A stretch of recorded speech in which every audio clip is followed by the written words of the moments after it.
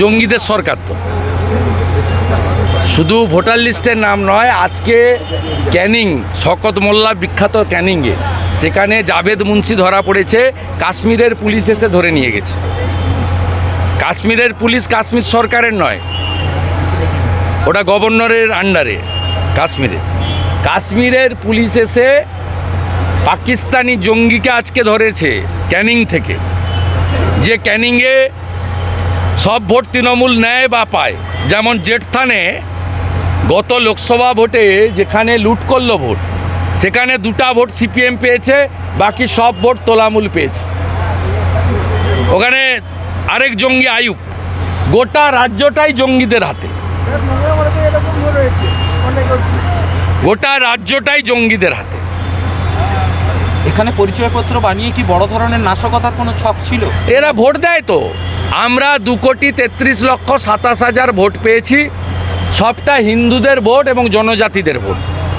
Trinamool 2,75,00,000 vote পেয়েছে, তার মধ্যে 2 কোটি মুসলমানের ভোট আর 40 লক্ষ ছাপ্পা ভোট। ডায়মন্ড হারবারে কোনো লোককে, হিন্দু লোককে ভোট দিতে দেওয়া হয়নি। কেশপুরে কোনো হিন্দু ভোট দিতে পারেনি। পিংলার একটা মণ্ডলে কোনো হিন্দু ভোট দিতে পারেনি।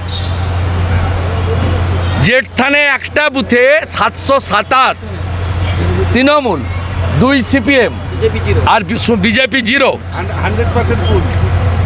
এই মডেল, এখানে জঙ্গিদের সরকার চলছে। জঙ্গিদের সরকারের মুখ হচ্ছে সিদ্দিকুল্লাহ আর ফিরহাদ হাকিম, আর মুখোশ হচ্ছে মমতা ব্যানার্জি। আজকে ফিরহাদ হাকিম বলছে যে যেখানে বিএসএফ ঠিক মতন গার্ড দিচ্ছে না বা কেন্দ্রীয় স্বরাষ্ট্রমন্ত্রক, ওরা আগে জমি দিক, তারপরে বিএসএফের উপরে আঙুল তুলবে। 72টা জায়গায় বিএসএফকে জমি দিচ্ছে না।